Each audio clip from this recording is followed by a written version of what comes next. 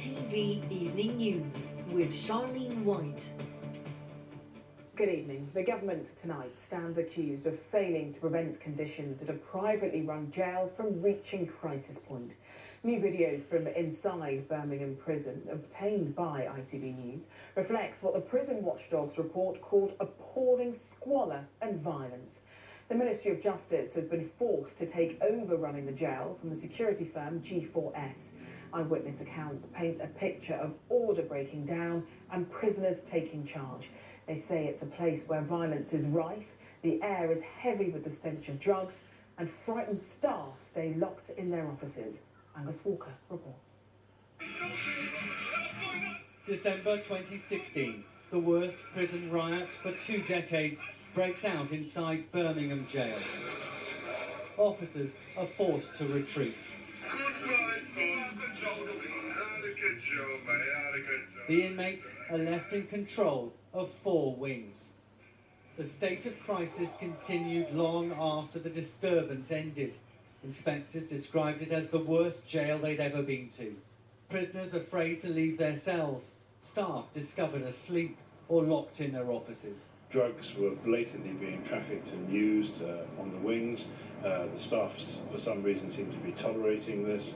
Violence was extraordinarily high, and the sense was that there was no real plan to rescue what was happening and to stop it. The Ministry of Justice has now stepped in to take over the running of the prison from the private company G4S. A new management team and 300 prisoners moved to other jails. Having seen this problem, we began 2 months ago to take some serious action, and why today we're announcing a step in where, very unusually, we're sending in our own management team and getting rid of the management team which G4S had in place. Tanayah Sam served time in Birmingham jail. After his release, he went back inside to work in the prison, mediating between staff and inmates. Prisoners will be out their cells, nothing to do, and so they're just hanging around, and devil makes work for idle hands. But what we see as a result is violence, anarchy, chaos, and that's where we've got to today. As we're talking, he receives a message from someone inside the prison. People openly walk around smoking spice in front of the officers, constantly spice, the smell of spice in the air.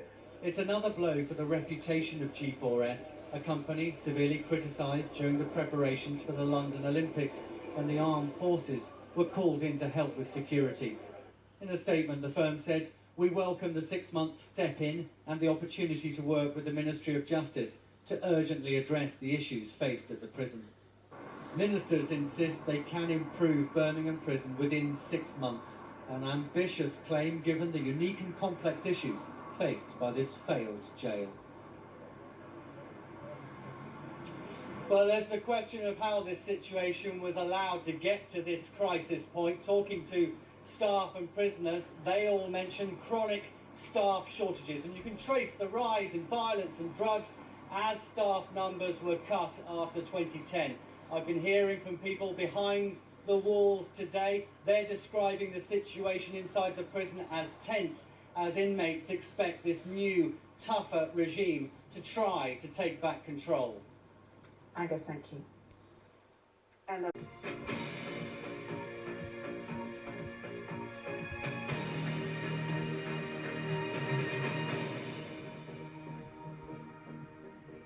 Good evening and welcome to the BBC News at 6. Birmingham Prison is being taken over by the government from the private firm G4S after inspectors said it had fallen into a state of crisis.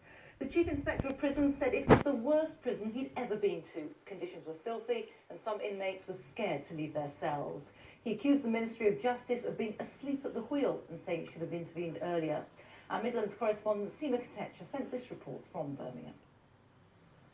It's one of the country's largest jails, but today HMP Birmingham has been branded as the most violent prison in England and Wales. Parts of the prison are squalid. It's cockroach infested, it's rat infested. It's disgusting.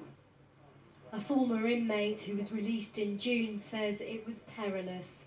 We've protected his identity because he's concerned about his safety. I've seen people thrown over the balconies onto the netting. I've seen people just beaten up in front of staff, just whacked. Organised fights. That happens a lot, organised fights, where one guy's got a beef with another guy, and they will organise a fight in the laundry room, in the shower room, on the landing, and staff turn a blind eye. The Chief Inspector of Prisons says that somebody must have been asleep at the wheel for it to get this bad.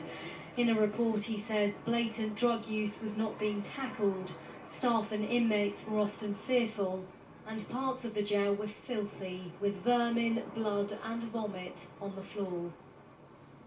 The prevalence of drugs, the levels of violence, the lack of order, discipline and control within the prison has led to a state of affairs where it's verging on being out of control. It's not out of control yet, but it's not far from it. And the physical conditions there were amongst the worst we've ever seen. The government says the situation is appalling and they are now taking it over on a temporary basis. I'm afraid in this case this is a fundamental failure of leadership and management. We'd hoped that G4S bringing in a new experienced governor would make a difference. It didn't, which is why we've had to make the difficult decision to step in ourselves. Already a decision has been made to reduce the number of inmates by 300 and increase the number of prison officers. G4S has been in charge here since 2011, but today's disturbing report is bound to raise some questions about its role in running prisons. The company has welcomed the findings and says it's an opportunity to urgently address some of the problems. Bit of weed on deck. A recent video filmed by inmates inside the prison smoking what looks like cannabis. Downing Street says it has confidence in G4S's leadership and that the company runs prisons effectively, but some former staff disagree. You didn't really have any control of prisoners. The prisoners were controlling you. The prisoners were running the jail. Now the onus is on the government and the new governor in charge, who has a month to come up with a plan to turn things around. Seema Katecha, BBC News, Birmingham. Well, our Home Affairs correspondent Danny Shaw is here with me now. Danny, is Birmingham a one-off? It's a one-off in the sense that this action that's been taken by the government is unprecedented. It's never stepped in midway through a contract to take over the running of a private prison. But it's not a one-off in the sense that there are a number of other prisons that have very similar problems to Birmingham, not quite on this scale. But Peter Clarke has issued urgent notification letters, warning notices to the government on publicly run prisons, Nottingham, Exeter. He was also very concerned about conditions at Liverpool and at Wormwood Scrubs in London. So the problems that you're seeing at Birmingham are replicated elsewhere. It's not just about private v public. The problems are about drugs, they're about a population that's very transient and very violent, and obviously also staff reduction. Since 2010 we've seen huge cutbacks, resources have become stretched, and although more staff have gone in the past couple of years, what you've got is a very inexperienced staff workforce. So a lot of the experience has gone from the prison service, and that used to stop a lot of problems in its tracks.